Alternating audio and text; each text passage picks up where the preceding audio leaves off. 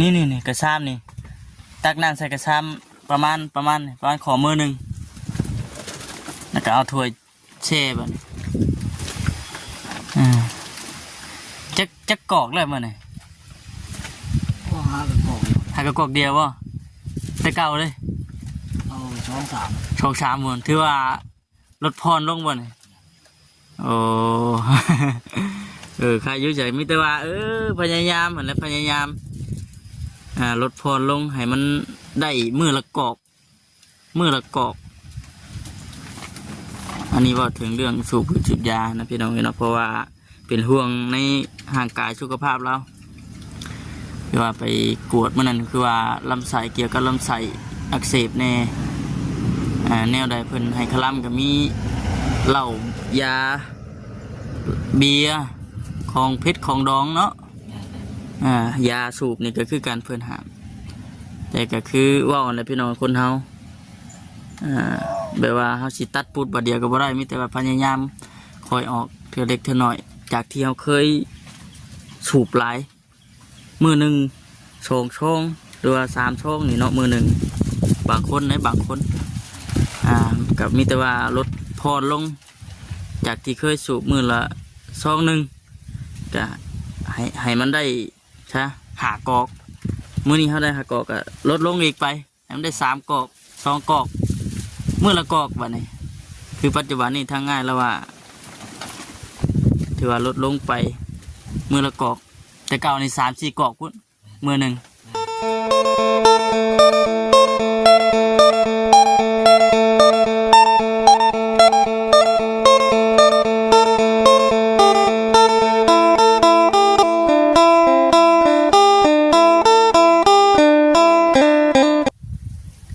มาวันนี้พี่น้องอยู่แคมป์ป่าแคมป์ดอนแนมเข้าไปก็เห็นกระต๊อบน้อยอยู่ว่าซั่นพายางวิวเพลิงอยู่โธ่เงียบสงัดคักเป็นยังพี่น้องเลยเนาะมื้อนี้2-3 เทื่อได้มาเนี่ยยังบ่เห็นไผมาว่าซั่นเดี๋ยวก็เจ้าลังมือเพิ่นได้บ่เป็นใดๆเนาะดินดอนตอนหญ้าเรามีข่าวดีคืบหน้าไปแล้วบ่นี่พี่น้องเลยเนาะอยู่แคมป์ทางแม่แล้วก็แคมป์ป่าพร้อมกำลังเด็ดคักว่าซั่นโดยพี่น้องเนาะก่อนอื่นก็ทักทายสบายดีเด้อพี่น้องเด้อเนาะทักทายสบายดีพ่อแม่พี่น้องกันเบิดสุขคนพี่น้องเอ้ยพบพ่อกันคือเก่ามื้อนี้ก็เดินทางมาเยี่ยมมายามทั้งไอ้สิงเพิ่นก่อนพี่น้องเนาะบ่ได้มาแล้วก็ถือว่า2 มื้อ 3 มื้อแล้วล่ะเมื่อวานนี่ก็ไปทางพูดพี่น้องเอ้ยไปหาน้องน้ำฝนเพิ่นคือไทยที่เห็นนั่นแหละเรื่องน้องน้ำฝนเพิ่นแต่ว่าปัจจุบันนี้กูมื้อนี้ก็เพิ่นกลับมาเมื่อวานนี่แหละก็คือเห็นคลิปอยู่เมื่อเช้านี้ที่ทั้งไอ้บุญเพิ่นถามไทยคลิปเพิ่นถ่ายเมื่อวานนี่บอกอยู่เนาะว่าสิเอาจังไดสมมุติว่ากันว่าน้องน้ำฝนเพิ่นไปอยู่ก็เรือนซ่านก็มอบเป็นของลูกของเต้าบัดตามที่ได้ยินพี่น้องแต่น้องน้ำฝนเขาตัดสินใจว่าฉันนะนี่ว่าถึงเรื่องน้องน้ำฝนได้ยัง คือมื้อนี้ก็คือลักๆกันเป็นว่าพี่แหละพี่น้องเลยมาเยี่ยมมายามทางไอ้สิงเพิ่นเนาะเป็นจังไรว่าฉันอาการเจ็บท้องเจ็บไส้เจ็บแข้งเจ็บขาไข้ขึ้นระบบเนาะมาเยี่ยมมายามก่อนมิกซ์มอยจะมีอยู่พี่น้องคือมือเด็กเก่าเนาะรถเต้นงานมาหาเราในเช้าจุดค่ำแต่ว่าปัจจุบันนี้มิกซ์มอยจะมีอยู่ปะพี่น้องจังใดก็เข้าไปติดตามของชมเบิ่งน้ำกันมันกันกับบทจิตฝึก2 คนพี่น้องไอ้มึงเดินทางมาแต่ปุ่นแหละบ้านน้องใส่ไหมนี่ช่วงบ่ายๆเลยพี่น้องเลยเราอยู่บ่คือมิดสมอยเทะนี่บจิตเป็นไงเอาสบายดีเด้อบจิตเด้ออยู่บนเนาะมิดสมอยอยู่บ้านนี่สิงอยู่บ่อยู่นี่ยัง ก็ทุกนั่งอบเตาอยู่นั่งจุดเตาบ่ โอ้ยนั่งนี่ก่อนสันนั่งนี่เด้อนั่งนี่เด้อบาทนี่โอ้ของฝากของต้นไฟมาหามาเนี่ย เบาแสน มาแซนเพิ่นมาเลยเพิ่นเมื่อเลยยังสิกลับเข้ามาอีกอยู่บ่ เมื่อครับ โอ้เพิ่นเมื่อเลยมือใหม่เพิ่นเลยเนาะโธ่โอ้มุดเนี่ยมึงแน่มุดขึ้นเบ่เลยนี่ มุดน้าก็เกิน หมุดคันใช่ไหมเจ้าน่ะแม่นอะดินอนกลางคืนบ่กัดบ่ เครื่องมันมีอะไร บ่มีบ่หุงข้าวหุงใช้หม้อนี่บ่นี่ของเบ็ดสินี่กระซ้ำนี่ตักน้ำใส่กระซ้ำประมาณขอมือหนึ่งแล้วก็เอาถ้วยแช่บ่นี่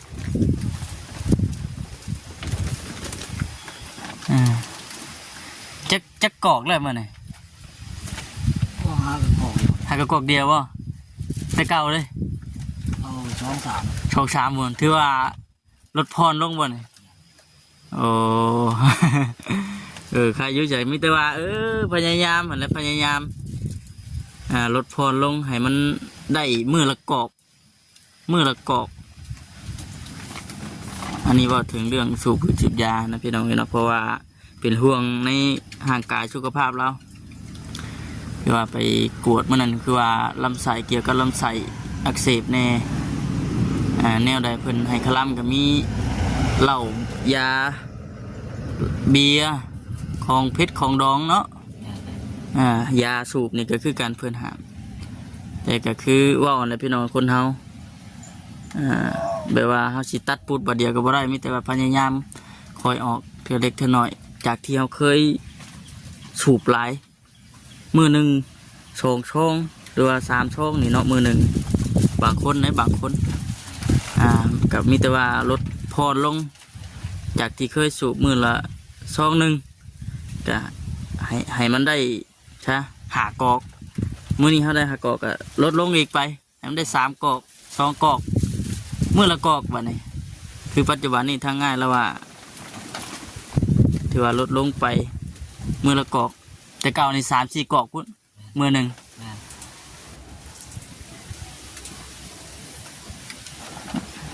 ก่อนท่านจะไปกวดเด้สูบหลายบ่ ออกพิมพ์ก็ต่อ กินต่อเลยเถอะนี่แหละมันคือแบบว่ามันเกิดจากสาเหตุที่ว่าเขาสูบยาเรื่อยสูบยาหลายเนาะคิดอยากยาอยู่บ่พยายามเนาะ มันยาว่าไรนะ มีแต่ว่าพรลงไปก่อนยังยาบ่ได้อยู่ตอนพรจากที่ว่าเขาเคยสูบหลายก็พรนั่นแหละโมเห็นว่าบ่คำบอกแล้วก็โมเห็นว่าบ่คำสอนเนาะพี่น้องเนาะนี่คือเราสู่กันพังเนาะกินข้าวอะไรมื้อนี้นะ กินแล้ว กินกับหยัง ต้มไข่ ต้มไข่หุงข้าวกับต้มไข่นี่บ่โอ้อันนี้ข้าวเจ้าเพิ่นพี่น้องเนาะอันนี้นะมันยังจะเบิ่งขออนุญาตเปิดเบิ่งเด้อว้าวตัวขาวคักดีเนาะหุงเองบ่นี่ หูเอง โอ้ โอ้มาคืนนี่ หุงได้เมื่อคืนนี่บ่นี่ตัวต้มไข่แน่กับมันซีดน้ำปลาใส่พร้อมเลยเนาะ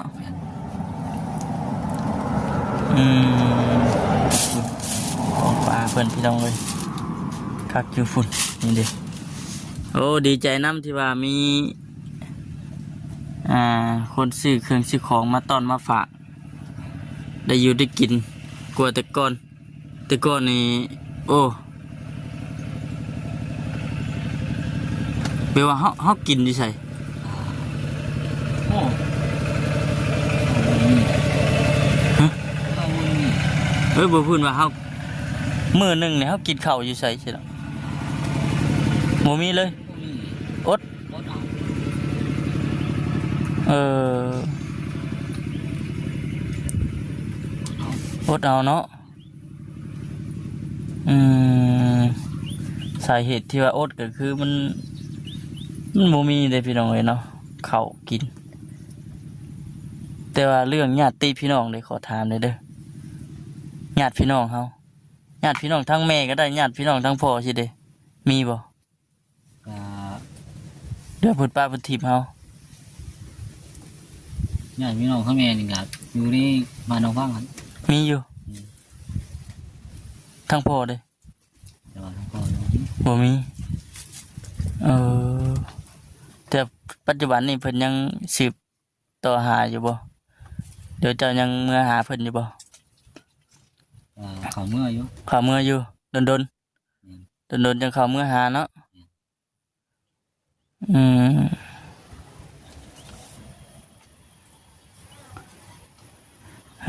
เนาะป้าทกสิกินในสิ่งเพิ่นมานี่ยาบ่เนี่ยเอามาอีกบ่เดือยาแต่มื้อนั้นบ่นะ แต่เมื่อวาน แม่นบ่คือคนละถุงฮะ กระทงเดียว ถุงเดียวบ่อืมกินอยู่แล้วว่ากินข้าวเลยกินยาไปเพราะมันจังแก้อาการช่วงเช้าไปนำเฮ็ดหันเฮ็ดนี่มันจังสบายบ่ปวดทั้งกระตนกระโตบ่เครื่องกระตนกระโตเทื่อแข้งขาได้เป็นประดงเหมือนใครแน่เลย ใครแน่ครับ ไปย่างไปได้บัดนี้เนาะมามันนั้นว่าเหยียดกะเลยอยู่เอ้าว่าซั่นฮ้อนแฮงเนี่ยเนาะนี่จะแก้เสื้อเลย เออโอ้ถือว่าเรียบร้อยแล้วฉันเนาะอันเฮ็ดอันสั่นวางทางน้ำเพิ่นเฮ็ดบ่ได้อันนี้นะ ก็เมื่อวานนี่แหละ อันนี้ได้ แม่น โอ้ไปตัดเอาไม้อันนี้เนาะเฮ็ดอันนี้เนาะให้มาเสียไม้จังไฟใช่ ไปเรื่องว่าลำมันบ่แก่นะ ไม้จังไฟมันยังอ่อนอยู่ก็เลยตัดเอาไม้นี่ติถ้าตัดเอาเท่านี้ก็ได้แต่ว่าไม้นี่น้อยสำแขนสำหยังพอได้มาเฮ็ดอันนี้สิเนาะไม้ตัวใดเพิ่นห้ามเฮาก็บ่ตัดไม้ตัวใดอันพอเฮากะเอานี่ได้ว่าตัวนี้เพิ่นบ่ห่วงเฮาก็ตัดเอาพวกไม่ดูไม่หยังโอ้บ่ได้ได้นะเพิ่นห้ามข้าวเหนียวก็นึ่งจักเทื่อเลยข้าวเหนียวนี่ เพราะหนึ่งเท่าเดียว เทื่อเดียว เลยเอามามือแรก เป็นมีหวดมีมวยข้างในได้พี่น้องเลยเนาะโอ้ลมพัดเย็นจะจ้อยดิบะเย็นแต่หมดนี่แหละกลางคืนมาหมดขึ้นจำนี่หมดคันพวกเก่ายักเยอะจ้ะมีแต่บ่อแสนนะบ่มาเยี่ยมมัน 3 คน ไป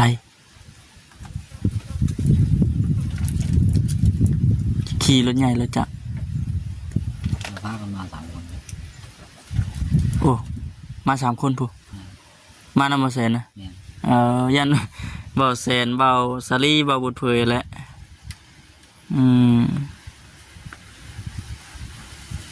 คือสีลื่นเลยเนาะประเดี๋ยวเนาะมามือแรกเลยคือสีแบบว่าบุเคยเห็นหน้าเห็นตาพี่ฉันเนาะมาเรื่อยเลยก็เพราะลื่นแล้วบอกบันลื่นอยู่พอได้ปากได้เว่าใช่ไหมเนาะใครกลัวมุ้ยผูปากผูว่าน้ำด้วย เพิ่นมาแจ้งอีกว่าเงินซื้อที่เป็นไดเพิ่มอีกแล้วบ่ น้องแจ้ง คือเงินซื้อที่เพิ่นน่ะมี 44,700 กับ26 บาทเป๊ะบ่คำเว้าถึกอยู่บ่นี่เว้าถึกเนาะ เนาะถ้าหากว่ามีทางผู้หลักผู้ใหญ่เพิ่นอยากสมทบเข้ามาหลายๆช่องก็เอาซอยๆกันนั่นแหละพี่น้องเพราะว่ามันก็ยังอีกขาดประมาณ5,000 กว่าบาท 5,000ปลายๆนี่แหละพี่น้องเอ้ย5,000จะได้แหละว่าสิเพิ่นไล่มันแต่ว่าแน่ๆก็คืออยู่ในประมาณ 5,000 นี่แหละถ้าว่าเงินเพียงพอปรับแล้วก็แม่นเอาบัดนี่ชื่อที่ชื่อทางเป็นของไอ้สิ่งขึ้นชื่อเสียงเรียงนามจดชื่อจดเสียงข้างในแล้วมาวัดมาเทศกันข้างในแล้วเฮ็ดจังซานไอ้สิ่งนะเฮ็ดขาวเฮ็ดบดบ่นะน้ำตอนะ เฮ็ดพี่เบื่อได้ ในโมเมนต์เฮ็ดกินบ่เฮ็ดพี่เบื่อ แม่น อืมใช่ว่าเฮ็ดปวกนะได้อยู่บ่ได้ไปหาบ่ ไปเบิ่งได้มันบ่มี บ่มีครับไปเบิ่งอยู่ไปเบิ่งบนเคยเอาแต่เก่าหั่นบ่ แม่น บ่มีซ้ํเนาะว่าสิโอ้ยว่าซั่นคงสิได้ไปซื้อเฮ็ดปวกนำไอ้สิงเพิ่นแล้วมื้อนี้ว่าซั่นบอกให้เราหามื้อนั้น ไปหาสิเตือบ่ได้ว่าซั่นติ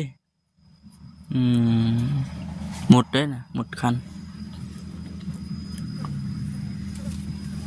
บางบ่อนบางพื้นที่ก็ยังออกอยู่นำก็มีพี่น้องกันบางบ่อนก็จูมมื้อเช้านี้ทั้งสะอินเพิ่นก็เอามาน่ะว่าจูมอยู่เลยพี่น้องเนาะยังจูมอยู่ความแรงนี่ก็เห็นอยู่บานแล้วก็มี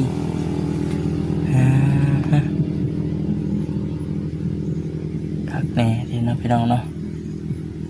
กลางคืนบ่ฮ้อนบ่ นอน ฮ้อนอยู่ นอน เอานี่ขึ้นเลยติจะใต้ยังอันกลางคืนน่ะ อ่า อันนี้บ่ ก็นั่นแหละ บัดเฮาใต้แต่ตอนกินข้าวแล้ววะ แม่น บัดกินข้าวแล้วก็แม่นปิด ว่ายังไม่หลาย แมงไม่ลายเออ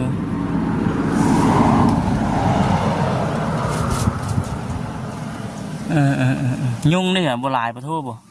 คนทุกอย่า จุดจะจุดยุงเหรอนี่ว่ากลางมุ้งกลางมานเจ้าคือเห็นบ่ใส่มันซื้อมุ้งมาให้อยู่คือบ่กลางดอกตัวนี้ กลาง กลางอยู่บ่เออกลางแล้วเนาะเพื่อสุขภาพตัวเองอะนะเพื่อสุขภาพร่างกายตัวเองไข่วัดยุงเนี่ยโอ้ยอันตรายเลยอยู่ผู้เดียวใช่ไหมนี่คือบนเพิ่นนอนดินนอนอยู่นี่พี่น้องเนาะมันคือมื้อนี้ไปทางไหนในมื้อนี้ อ่าเมื่อไรเท่าไหร่ล่ะ อยู่นี่เลยอยู่เฮ็ดกิน เนี่ย อยู่คนเดียวกันแม่นนั่งนอนอยู่นี่ เนี่ย เนี่ยว่าไปเลาะป่าเลาะดอน นอนไปเท่าไหร่อ่ะ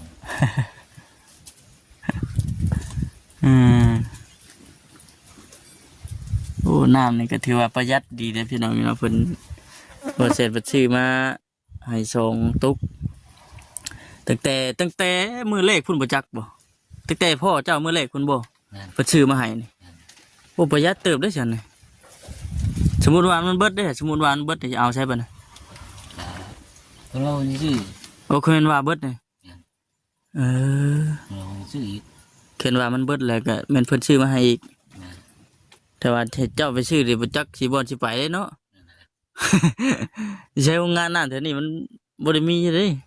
แม่นอะไร โรงงานนั่นแถวนี้เห็นมีก็พื้นว่ามันไกลนะพี่น้องเอ้ยตามร้านค้าร้านขายก็เจ้าก็มีอยู่แต่ว่ามันไกลจากร้านค้าร้านขายแถวนี้ไกลหมู่บ้านไกลหมู่บ้านแฮงอีกอย่างเราก็เป็นคนนั่นนี่มักอยู่แบบเงียบๆตามป่าตามดอนแล้วก็บ่ได้ไปเฮ็ดวุ่นวายให้ไผเนาะ แม่น บ่ได้สร้างความวุ่นวายให้ไผอยู่แบบเงียบๆมันสบายใจใช่บ่ อ่า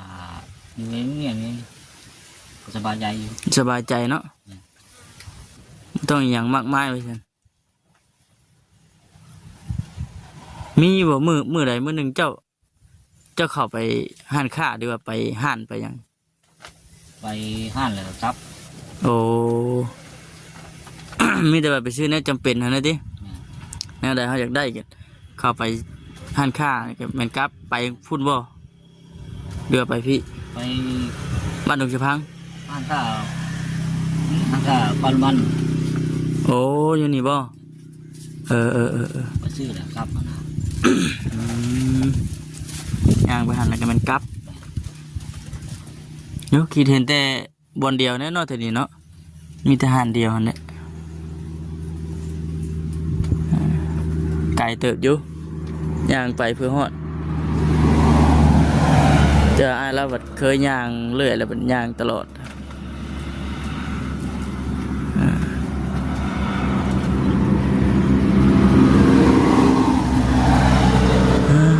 ครับแกพี่น้องไอ้เนาะเราอยู่กันนะ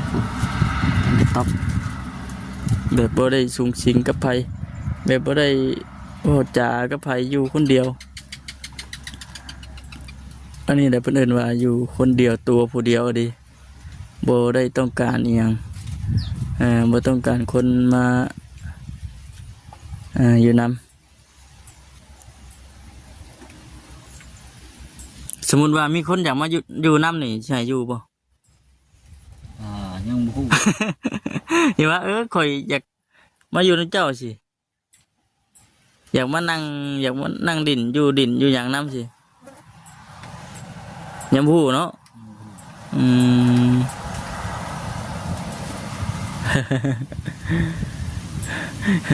คนมักอยู่ผู้เดียวเนาะชอบเบิ่งงัวใช่ไหมติเห็นงัวกับเจ้ามากกับไล่ใช่ป่ะโอ้อ้อยขึ้นสำนี่แกงัวกับสีข้าวกินอยู่ป่ะ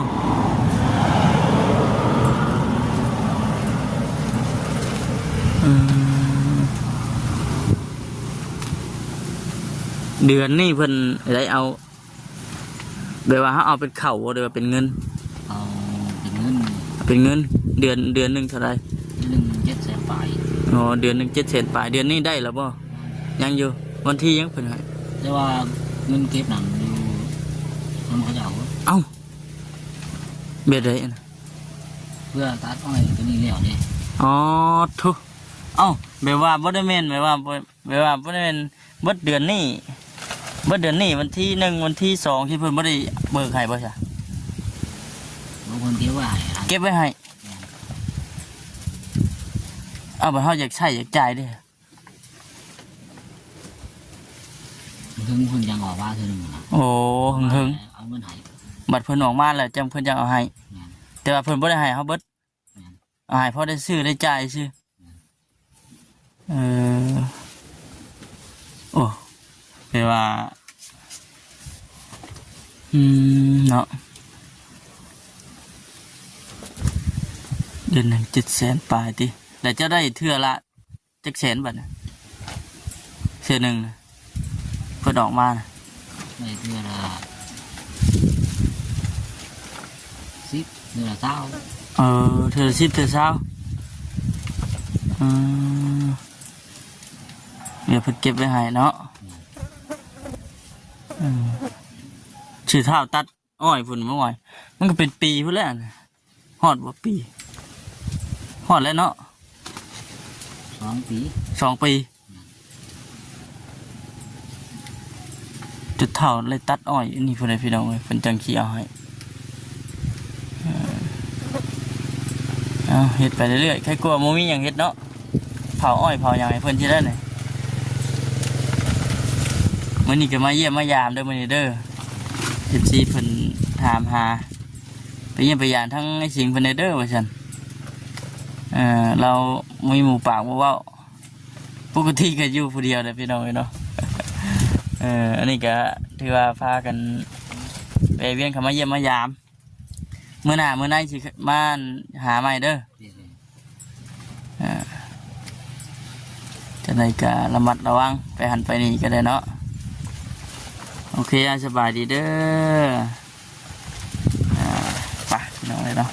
ที่ว่าได้โอ้ล้มกันกับอ้ายเพิ่นไปเตรียมพวกได้ละพี่น้องเลยเนาะจะให้ทำมันจิตเพิ่นเข้าไปเยี่ยมพยายามไปบ่จิตด้วยโอ้ล้มแล้วล่ะโอเคพี่น้องก็อยู่ดีมีแห้งเด้อพี่น้องเด้อสบายดี